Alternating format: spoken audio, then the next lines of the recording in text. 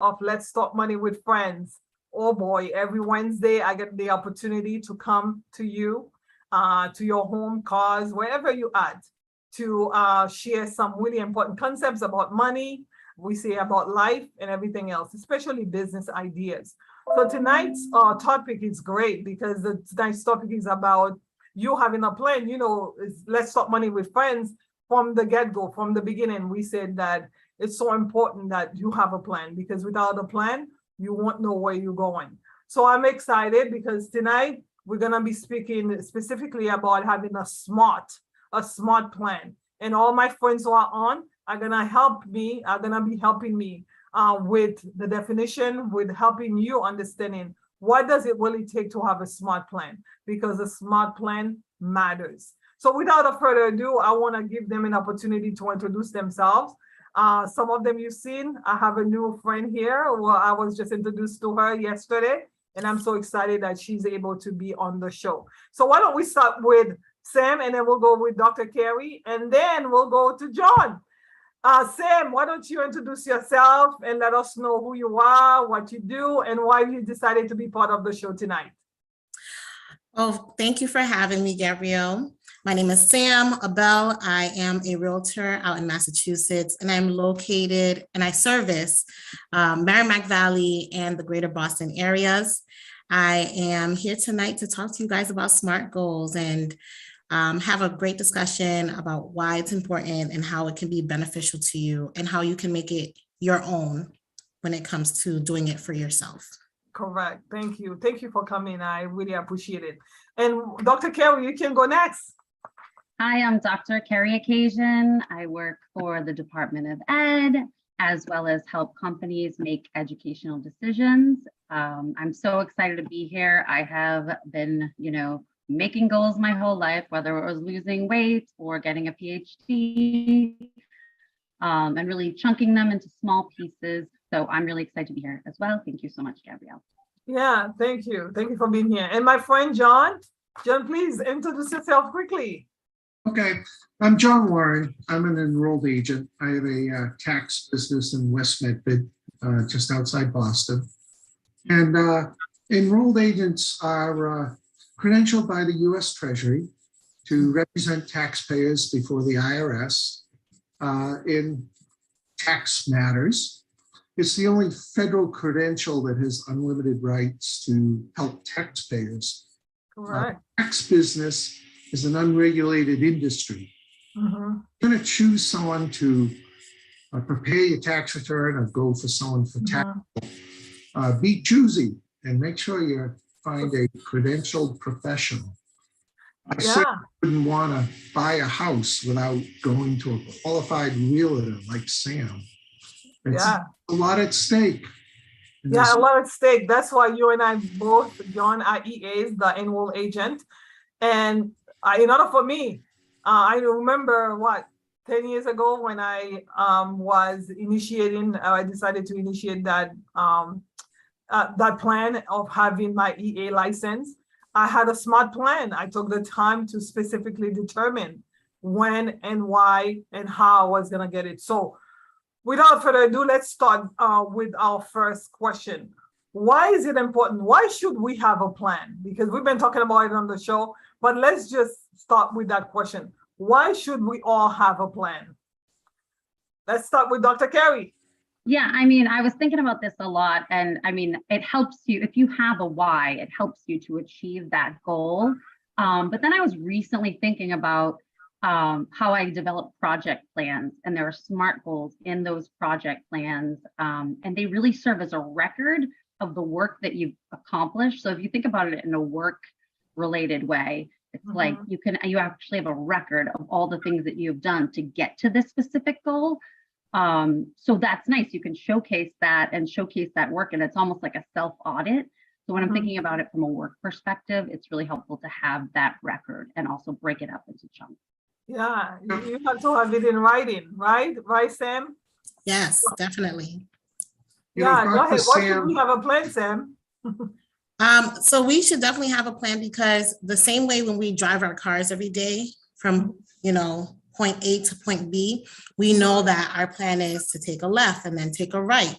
right? We have a guide that will take us to our destination. And when we have our goals in life, there's things that we want in life. We need to have that map, that roadmap to take us where we need to be. And without having the plan, you're just gonna, if you're trying to get to California, you might end up in Florida. Correct. So that's why it's so important to have a plan. Yeah, it's very important to have a plan, because I also think of the idea of, if you don't have a plan, all of a sudden other people could have a plan for you. Yes. Right? We saw on the show, like, when you have a plan for your money, you tell your money what to do. Without a plan for your money will tell you what to do. And I think with life, whether it is a personal life or a career, if you don't have a plan, somebody else is gonna put their hands in your pocket and start telling you, this is where you need to go, this is what. But if you have one, you know exactly where you want to go and how you're going to get there. What about you, John? Why do you think it's important to have a plan? Sam and Dr. Carey have already nailed it. I mean, you have to know where you are to figure out where you want to go. Correct. Otherwise, you're just lost. Mm-hmm. And, Dr. Carey is talking about, you need to know why I'm going to go into the tax business. Why am I going into the tax business? Mm-hmm. If I can figure out what it is that's driving me there, that inner drive that I have for picking that profession, then the how and the what and all those other things are going to fall into place. And so that is why you need a plan. You need a plan to get organized. And to identify what it is that motivates you, and you need to identify where it is you want to go. Mm-hmm. Yeah, and I think don't you think people respect those with a plan? Like, you meet a guy, right? We were talking about relationship before we got on, and I think everybody can relate to that. You meet a guy and he's like, Gabrielle or Dr. Carey or Sam, this is what I want to do. I'm looking to get married, on, here and there. So if he gives you a specific plan that you feel so much comfortable, right? Because you're heading somewhere, right? Yeah. Versus, oh, you know what? I'm not sure. I'm just hanging. I'm just relaxing. I'm just trying to feel like, I'm sure, John, you didn't do that when you met your beautiful wife, right? You had a plan, right? Okay, so this is pretty. You had a plan, right? No, Wendy and I met when we were in junior high school. She's the only person I ever went out with. So I have no plan. I mean, you just happened. Lucky, Life happened. That was luck. But you know what? In general, you do have to have a plan, because some people are smart, and by smart I mean, like, they're very intelligent. They can decipher very quickly if you have a plan or if you don't have a plan. And then when they see you don't have a plan, they'll be like, oh, I can use that person for whatever, because they don't have a plan. Yeah, I will say, in our relationship, the two of us working together to do something is really a lot of fun. And, we spend time in our garden. It's just the two of us working on the garden. And it's talking about what we want next, what worked well, what do we want to do next year. Yeah. So you're planning. And we got to make sure we don't overwater, over fertilize. I mean, it's all communicating, working together. So you need a plan if you're going it alone, and you need a plan if you got other people around you. Correct. You got to be able to share. So important. I also, sorry. Go ahead, Dr. Carey. No, I just wanted to say too, for people who don't have a plan, there's also part of planning in that. There's a term called planned happenstance. Like, if you don't know what kind of job you want, a planned happenstance is like, okay, I'm going to take 3 actions this week to go meet with people and do informational interviewing and that type of thing. So it's not that your plan always has to be this clear-cut destination. That's the best way, right? And that's what we're working towards. But that term planned happenstance has kind of helped me too. Reach out to 3 people you never would think of reaching out to for a particular job. So there are other ways of thinking about it too. But I know Gabrielle likes the real clear cut. No, but do you think though, before we go to what is the SMART plan, because that's what the topic of tonight's show, what is the SMART plan? Do you think it's very important though to have it written? Like, I look at mine every day, to make sure that I'm on track here. What about, Sam, do you think it's important? Because, having it in your head is not, I don't think, I have a plan, it's in my head, and I think whatever it is, it should be written. Do you agree? I 100% agree. So many thoughts go through our minds every day that when we have an idea like, oh, this would be nice, so I would love to do this, and we don't write it down, it's just a thought, right? It comes and it goes. But if you write it down, it stays a little longer because your body is involved now. And then you look at the paper and you see it. So it's like repetition in your mind, and it kind of, programs you to go towards that goal of what you wrote down. So I think it is very important to have it written down. Definitely. Well, thank you. So yes, a SMART plan. Yes, it's good to have a plan, but we want to have a SMART plan. What is a SMART plan, Dr. Carey? Can you give us what the S stands for in terms of like the SMART plan? Yes, so the S stands for specific, and we want to have a specific goal. So I don't want to just lose weight, right? I want to lose 12 pounds by a certain date, by working out 3 times a week and not eating after 8. And then I like my manifestation candle as well. However, no, but it needs to be specific for sure. Is that a good example, Gabrielle? But I think that's a good example. Like, we've had people like, going back to, we had mentioned that someone who's trying to become a doctor, right? I want to be a doctor, but what type of doctor do you want to be? What field are you going into? And also to what are you, exactly when do you want to be a doctor? So you say very specific, like very specific. So, yeah. So and it's also really helpful to be specific for other people. Like I remember when I was getting my doctorate, being specific with my college advisors, like I want to finish this I want to get up to this point before my daughter is born. People will also help you if you have a plan, and they will know instead of just kind of letting them dangle and letting things, go. It's also helpful for other people and not just ourselves. Yeah, I like the idea of being specific, right? Specific. But at the end of the day, if you have something specific, and I love the fact that you mentioned that people will know. How do they know? Is it because the M? What does the M stand for? Sam, the M. Well, that's for John. John. Okay, John. Sorry, you had mentioned that. Go ahead, John. Yeah, that's okay. The M is measuring. The plan has to have specific measurements.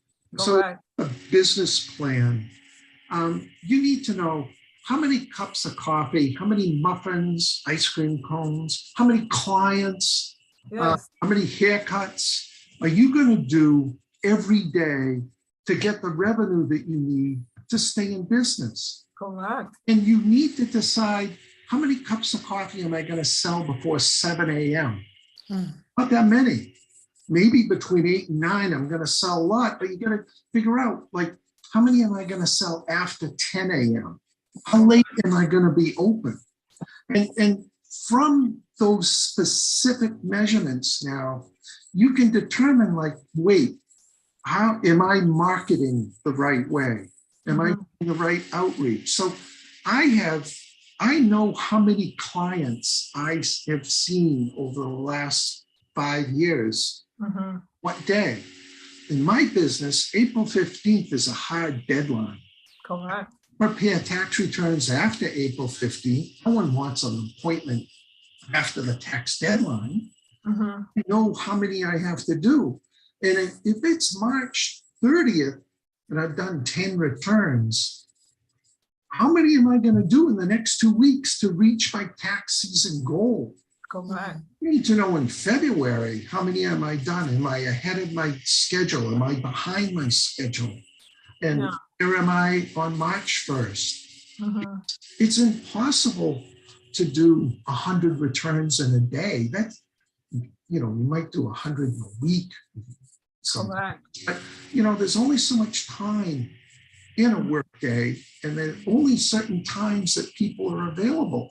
Correct. Wants a 5 a.m. appointment, and no one wants a 10 p.m. appointment. Exactly. Appointments at certain times.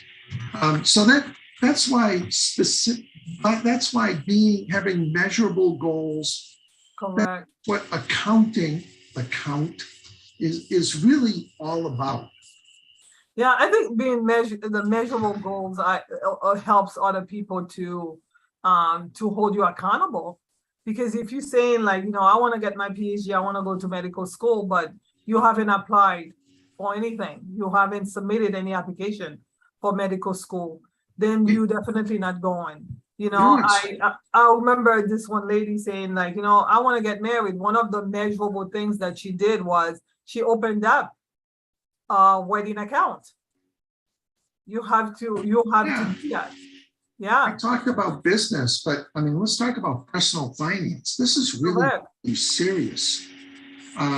People retire healthy and live to be 100. Mm. They want to spend money and do things. Correct. They need money to be able to get through the next 30 or 40 years after they retire. No one wants to be 80 years old and still working. No, So that is where your measurements come in. You need to know what your savings are, what your debt is, and what do you have available. Because, when you're 20 or 25, you have enormous debt. You just finished school. You have no income. You have no saved anything. You have no wealth. Well, you're going to start your income and saving years. And then when you're 55 or 60, well, maybe you don't have any debt, but you really don't have the ability to earn tremendous income at those years. Those years have gone by. So the measurements are important to handle those curves that we see in our personal finance lives. correct. It's very important. So with the SMART, we have the letter A. What is being achievable or attainable? What does that mean when you have a SMART plan, Sam? So when you have a SMART plan and something needs to be attainable or achievable, it's really looking at your life and saying, how do I, is this really going to be possible, right? Do I have the proper resources to make this happen? So if you're going to grad school, do I have my bachelor's degree, right? Is it actually attainable? And if I look at real estate, I would say, if I want to buy a house that's for $500,000, do I have a pre-approval that will allow me to obtain this home? Do I have a pre-approval for $500 or more? So you have to look at what's attainable and achievable. And if not, you might have to just go to a lower step before you can get to where you need to be. Yeah, because I'm sure in real estate, you've heard people, oh, well, my friends just bought a house for $500,000. I would like to get something similar. And then Yeah. is it attainable for you? Is it achievable for you? Yeah. Or, yeah. Have you seen those? Give me an example. Yeah. And so, and when it comes to things like that, right? We have to understand that we're all different. Yeah. So what is attainable for one person is definitely not going to be attainable for another person. I know in a lot of parts of our society, they kind of approach it as a cookie cutter model, and we are not a cookie cutter model, as a whole, right? We are individuals with different lives, different situations, different experiences. Yeah. And so when you look at in the real estate world, if you look at, client A versus client B, they have different situations in hand. And so, client A cannot expect, a 4-bedroom, 2-bathroom home and think that it's going to cost $200,000. Correct. Right. They have to look at what they have and what resources they have in order to obtain what they're looking like, what they can realistically look for. Right. Exactly. Being attainable is very important because, again, we've had people trying to compete with other folks, they're competing with friends, competing with strangers, especially with social media. Someone doing something, going on vacation or buying a house or getting married, whatever it is the person is doing, or owning a business. And they're like, oh, I can do that too, but you don't understand. There's been years of hard work. Being able to get where the person is. Exactly. You need to know where you're starting from. Correct. Do you agree? Do you all agree? You need to know where you starting from. Yeah. So the most important thing is in terms of like, you know, the competition, but the R stands for what? You know, Relevant or realistic. yeah, So we need to know that the plan has to be on target to what we want to achieve. correct. Business plan, I really can't have be concerned about what I do in the church choir or the community theater group, or you know, or uh, it prevents you from getting sidetracked. Mm-hmm. And so our realistic goals, example of personal finance, is okay. I know that I need, after my Social Security, $50,000 every year to live the life I want to live after I'm 60. So for the next 40 years, I need 50,000. That's 2 million. Mm. I'll start saving when I'm 55. Oh, no, not It's really. not realistic. Oh, You know, and if you're going to start with that plan and that's what you want, maybe you better start when you're 25. correct. Realistic, you know, is it important to you? Because if something's important, I was saying to you, I know someone who's been trying to finalize license. And this person tells me, oh, you know, I want to do this, I want to do that, but the hard work to put towards that is not happening. So your realistic goal has to be, listen, you want to retire comfortably, just like Johnny's saying, you better start studying, you better start investing. You want to get your PhD, Dr. Carey, you better focus on your studies, because I was saying offline, right?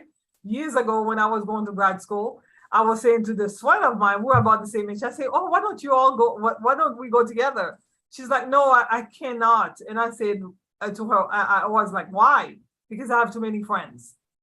So she wasn't willing to put her friends aside for a minute because she was busy with them. And now I don't know if she ever went back, but that, you know, years later, you know, I'm all set, and perhaps she's still trying to figure it out. So realistic, you have to say, is it important to me? And if it's important to you, what are you going to do?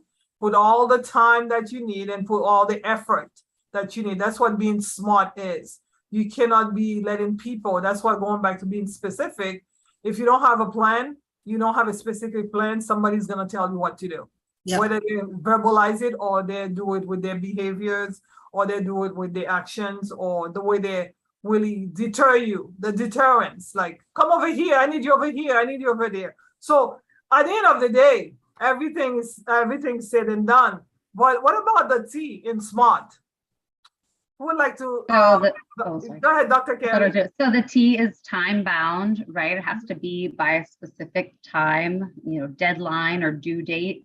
And that was definitely super helpful in my PhD, getting my PhD, and just in the work week, like really having that definitive time that you want it done by. Can you have some wiggle room at some points? Yes, but it is super helpful to have a clear deadline. Otherwise, it's, and I think you gave an example before that's like, you know, I'll send an email, I'll email you back. But a better example is like, I'll email you back by close of business, right, today. And that's just super helpful. It not only offers clarity for the person, but it helps you know what you have to do that day. So yeah, time bound is definitely very important. Yeah, I think having a SMART plan is something that you can incorporate in every single aspect of your life. Would you agree? John, would you agree? Like, you should be able to incorporate that, because at the end of the day, something as simple as meeting with someone. Oh, I want to meet with you at 6 o'clock over here. That's a plan. That's a specific plan. I want to meet with you in Milton, or I want to meet with you in Dorchester. I want to meet with you in Boston at 6 o'clock. You know that we want to meet, and you know that what time it is. So that's a specific plan. But if you say, I want to meet with you, and you don't have a time, you know, the time bound, it could be at 2 o'clock in the morning, it could be at 3 o'clock in the morning, it could be any time. And guess what? Because it was so open, you cannot hold people accountable. So the last question for tonight is, if having a plan is so beneficial, why don't most people have a plan? Can we go with you, Sam? Why do you think most of your clients or most people in general don't have a plan? I think most people don't have a plan because they're indecisive. Mhm. So if you have a lot of things going on and, I can do this or I can do that, and I don't know what to choose, then you stay in that space where you're just indecisive, trying to figure out which direction you want to go in, and you're unable to go from that point to make that plan. And then, in the meantime, everyone's saying, hey, can you do this for me? Can you do this for me? And all of their, focus on trying to make that decision, it gets dispersed into other things. And that's where they become reactive. Correct. Do you think, John, most people, especially guys, don't have a plan because, well, I shouldn't say guys, most people in general, because guys and girls, because I do believe folks are not interested in being honest. If you don't want to be honest, if you do not want to be honest and you don't want other people to hold you accountable, you don't want to have a plan, right, John? Yeah, people come in my office with tax problems and they haven't opened the envelopes that the IRS has been sending them for the last year or so. And I'm sitting there opening mail. Why didn't they open the envelopes? I think sometimes people don't want to have a plan or open the envelope because they don't want to deal. It's a good way of not dealing with the problem. Maybe the issue go away. Maybe I don't have to deal with it. Correct. Maybe I don't have to think about how much I weigh. I can still eat ice cream. Yeah. In large portions. Yeah. But if I do want to have a retired, healthy life and spend a lot of money, I probably need to watch my cholesterol, sugar, weight, and all these things that doctors tell me to keep. It doesn't just happen by accident. It doesn't always happen naturally. I mean, this is what you're giving people here is you're giving people a chance to control their destiny. Their destiny, their lives. We're talking about controlling personal relationships and controlling your profession, controlling your future. That really kind of puts you behind the wheel. Yeah. No, it's a great opportunity. I like that analogy, and you putting you behind the wheel, because so many folks are being driven, right? They're being driven and they don't want to be behind the wheel because it's so easy for them to project or dispose, or is that the word, like they transfer their responsibilities from themselves to somebody else. Because I think if you are someone who's honest, it's very easy for you to have a plan. I want to lose weight and I'm going to do, 5 days a week or 3 days a week. I'm going to eat responsibly. I'm going to sleep at night and all that. That's the plan. Someone tried to call you and say, listen, I want you to do X, Y, and Z. No, I have a plan. But if you don't have a plan, they kind of let you know, they do whatever they want. And also in terms of being measured, the measurable part that John mentioned, like, how do people measure what you want to do if you don't tell them what it is? So going back to what we said, Dr. Carey, offline, I'm coming to meet with you at 6 o'clock. That's a measurable plan. But I'm coming, it's not. And you cannot hold anybody accountable if they don't have it specific. So what else do you think? Why do you think do you think like part of it is because folks don't know how to do it, Dr. Carey? Yeah, I think it's not ingrained in our culture from when we're really young to make plans. Like I remember doing like semester study plans with my students. When I learned this in my PhD, like you should really look at your whole semester and how do you plan on getting from here to there, right? Like how do you plan on finishing your book report? And I used to go over with them like, okay, you don't have the resources at home. When can you go to the library? Like before football practice, before cheerleading, before picking up your little sister. And that was very foreign to them. And I thought those skills were just so important to actually like talk about what their day looked like. So I just don't really think that people teach planning necessarily. It's something that I learned more in when I was doing life and career coaching. Mm. So now they have my career and academic plan for Massachusetts. So students are beginning to do that work so they can start to develop. Like, I just think about what John said, like, yes, it would be so wonderful to start your, planning for your finances at 25. Unfortunately, I feel like, I went to an urban school in Massachusetts, a product of the public school system, and I feel like I'm missing out on a lot of life skills. And so this is something that planning is just so important. And I hope that we can bring it to the forefront more and more. I Yeah. also think that it does get harder. Like, as a single parent, I'm less planned than before her. Before my daughter, I am sometimes scrambling, but now I have at least put together kind of what I want the next few years to look like. But before, I was really, charged up about it. So I do think some people just don't have the time, and they just go with the flow and think everything's going to be okay. But don't you think without one though, you are more stressful? Because I think it's so easy for me to follow a program, follow directions, right? I know I have to get up and do this and do that. And I know with children, there will be happenings, like unexpected. But when you have a plan, it's so much easier for you to stay focused, right? Yeah. But if you don't have one, you're all over the place, discombobulated, like you don't know what's happening with you. And that's why it's so easy to get upset and angry with other people when they come and take your time. Because I know some people, like, they'll give the time away and then they're upset because the person came in and took it.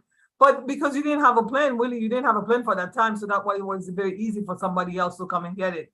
But I don't know. That's really interesting. It's almost like boundaries, right? Like your Yes. plan are your boundaries. And I'm learning a lot about my boundaries, even at 42 years old. But just by setting aside that time, like, well, why did my parents leave me alone during my PhD? Because I was getting my PhD, right? So if there's specific goals that you want to achieve, it does. Yeah, you're right. It helps to set certain boundaries. Yeah, stay for. I don't know where you're from, Sam, because we just met. Actually, Yes. on the telephone yesterday. But I know in my culture, I'm Haitian, so in my culture, like many times we are told not to have a plan. Don't even verbalize it. Keep your stuff on the low key, because you don't want to look arrogant. You don't want to sound boastful. If you say I remember when I was in my 20s working in the bank. At the bank, I wanted to be the branch manager by the time I was a certain age, right? And I was like, oh, I want to be the branch manager, and I was pushing towards that. And I remember someone saying, like, why do you think you're gonna be there? Like, it's very certain cultures. They're saying, like, Yeah. don't talk about this. Don't. So because of that, not only do people do not know how to create a plan, but they're even afraid to even have one. Like, I have one here because, like, that space is private. But if you live in a certain communal environment and you have a plan, in your room or in your dining room, and folks are coming in and out, that could be a problem. Would you agree? Yes. So I am also Haitian. I grew up in a Haitian household and I was born here. So it's kind of like a culture clash, right? You have the American culture and then you have the Haitian culture. And one thing that I've noticed in general with, people from the Caribbean islands and as well as overseas is that our upbringings, we're really taught to, have no boundaries. And so as you get older and you learn more about yourself and you learn about boundaries and how beneficial it can be to you, and you learn about, obtaining goals. And in order for you to obtain a goal, you have to stick to your plan. And that also includes saying no to other people. When you have that in place, that causes others to look at you like, what are you doing? You're not doing what I would like you to do. And so it becomes this, this internal struggle because you're taught to always help others. Somebody needs your help, you stop what you're doing and you help them. And so that was one of the challenges for me, actually. And it's still a challenge to me today, but I've grown a lot when it comes to setting boundaries and, making sure that I stick to my goals, because if I'm saying yes to one person, I'm saying no to the goals that I set for myself. And I have to keep reminding myself of that. And that's something that, people who are growing up and they have that background. It's very important for them to stick to and like to push through, because it can be a challenge, especially when a lot of people around you, like your family members, who don't see that same thing, like that, they don't have the same idea. They will kind of like go against it for a while because it's uncomfortable for them. Correct, correct. And going back to something that you said, Dr. Carey, when you have a goal and you verbalize it and you share with supported system, resources that you have around you, because offline you're saying like, I'm looking to make certain moves, and I called a few friends and they've been helping me. But in certain cultures, it's like everything is done quietly, it's secret, everything's a secret.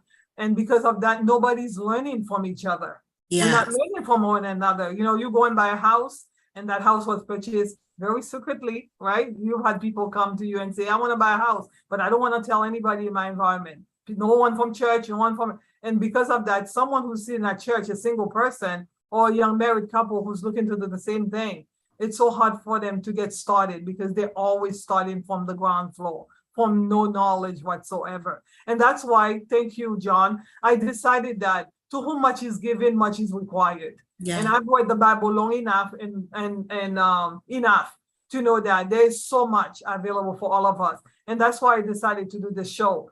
I'm doing this show because I want everyone to have an opportunity. And I do shows in Creole too. Tomorrow night, I'm going to be on a show, C'est la vie, and it's going to be about money. We're going to talk about money, and I go and talk to different groups in my community. Why? Because I feel like information is power, and you're learning how to create a plan, and you're learning how to create a plan for your life, for your career, and for your business, and for your family. That definitely will help not only you, but the community at large. So yeah, John, I know you've been quiet. John is a quiet guy. I met John 10 years ago. And I came to John and I said, you know what? I'm trying to be an EA. I'm just getting started. And he was so helpful to me. And that's why 10 years later or 11 years later, John got me in, because I was eager to learn and eager to do. What did you do, John? You had me sign up, and you signed me up to be a director of the Mass Society, right? So I became a volunteer, and I kept learning and built many relationships because of that, right, John? Yeah, and we need each other.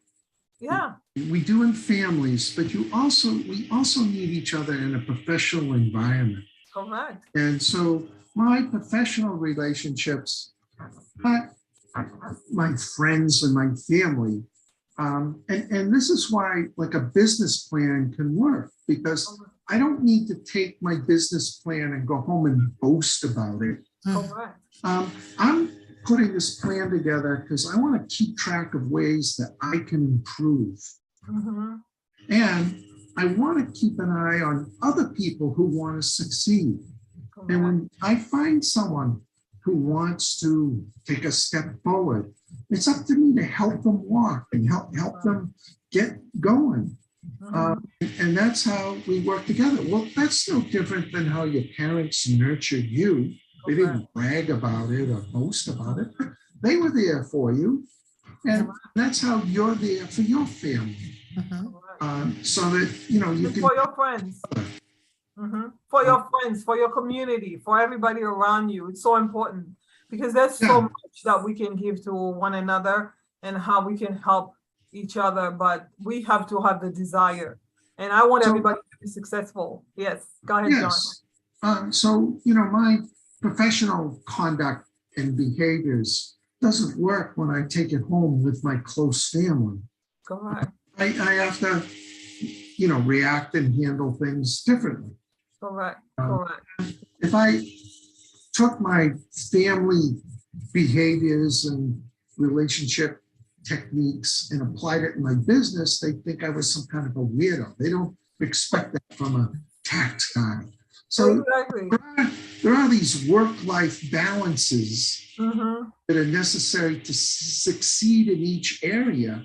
And the plan actually helps me maintain my work-life balance. And this is really, really important for people now who are working from home Correct. They stop working. Mm, You've got to take control and set aside a physical time for work time. correct. Old days when we commuted to the office, our work time ended when we left the office. Yeah. We could kind of like downscale, wind down on the commute home and get geared up for being at home. When you're working from home, you know, how do you gear up, gear down, Yeah. wind down? You know, you really got to be able to be organized now more than ever before because the world's crazy and hectic. And the plan takes the frenzied away. You know, Sam talked about you got to know where you are. Well, you got to calm the chaos that's around us. Yeah. And the plan helps it to do it because now Gabrielle and I can work on professional stuff together and have a good time. Yeah. Because I know someone that's in the same profession I'm in. Yeah. I'm not doing it all by myself. Yes. Well, thank you, John, for being a friend because I know during COVID, John got me a really great opportunity, which I'm very happy for. So thank you so much, all of you, for being here. You know, last week we talked about success matters, and we talked about success being your ability, your effort, and also your luck. And the luck was like just lucky, but like the people around you and the support system that you have that will help you get lucky and achieve your goals. So having a plan, every successful person that I know have a plan. They don't move through life without a plan. And the reason they do it because you need to know where you're going. As Sam said it, you know, if you're going to New York, you don't want to be heading to Florida, right? Or vice versa. You want to know where you're going. Will you fall short? Didn't we talk about that offline, Dr. Carey? Yes, you'll fall short. Sometimes you don't meet your goals, right? But guess what? Because you have a plan, you will get back on your feet and keep going. Like, well, I want to lose 10 pounds, but Christmas came, I ate a little bit too much, I didn't exercise. But guess what? By January, you're going back because you have a plan. So it's very important. So I remember, John, you mentioned that if you are by yourself as a single person, you need to have a plan. You are a single mom, you need to have a plan. But if you are a couple, you even more so, you need to have a plan because nobody can read people's minds, right? Nobody's gonna read what's on your head and what's in your head. You have to be able to verbalize it and communicate to your spouse. This is what I have in mind. This is what I want to do. Are you able to go with me? Because if someone is not planning with you and they're with you, listen, they're planning with somebody else or they don't have a plan. If they don't have a plan, maybe you could take them to an expert. Together, you can create a plan together. You can work it out together. But if they're planning with somebody else, there's something else going on, right? Because if they're not communicating with you, as I say, either they don't have it or they're planning with somebody else. So it's very important that you have a plan because having a plan, a SMART plan matters. If you don't have a SMART plan today, a plan that is specific, measurable, attainable or achievable, relevant or realistic, time sensitive, timely, you definitely don't have a plan and you need to work on something that's very smart because being smart matters. Thank you so much, my friends, for being on the show tonight. It's always great. We're doing this because we love the community and we love the people who are watching. We want them to be successful. We want them to do what they came here to do because we know they will pay it forward. We give it to them so that they can go ahead and do and replicate this model and keep paying it forward. Thank you, ladies and John, for being on the show.